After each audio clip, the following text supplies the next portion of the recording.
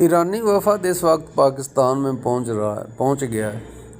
یہ لائیو منظر دکھائے جا رہے ہیں، طیارے سے لوگ نیچے اتر رہے ہیں۔ وفد کی قیادت ایران کے اسپیکر کر رہے ہیں اور ان کے ساتھ وزیر خارجہ عباس عراقچی بھی موجود ہیں۔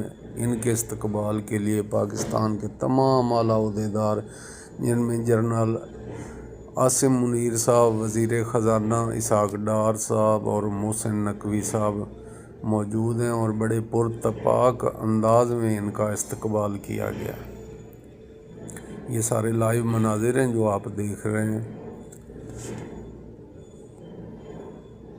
یہاں پر ڈونلڈ ٹرمپ نے بھی ایک بیان دیا ہے، اور اس نے بھی یہی کہا ہے کہ اس نے جو اپنے لوگ بھیجے ہیں اس وفد کے ساتھ مذاکرات کے لیے، نائب صدر آیا ان کا، تو بہت سمجھدار لوگوں کا اس نے کہا ہے کہ میں نے اپنے سمجھدار لوگوں کو بھیجا ہے۔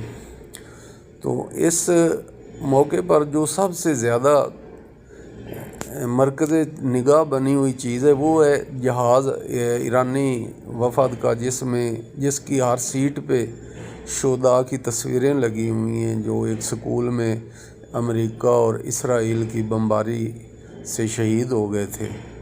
تو اس وقت یہ شہیدوں کی تصویریں اور ایرانی جہاز جو ہے یہ مرکز نگاہ بنا ہوا ہے، جس میں عباس عراقچی اور ان کے وفد کے سربراہ نے کہا ہے کہ ہم اپنے شہیدوں کے خون کو رائیگاں نہیں جانے دیں گے اور ان کا ہر صورت بدلہ لیں گے ہم۔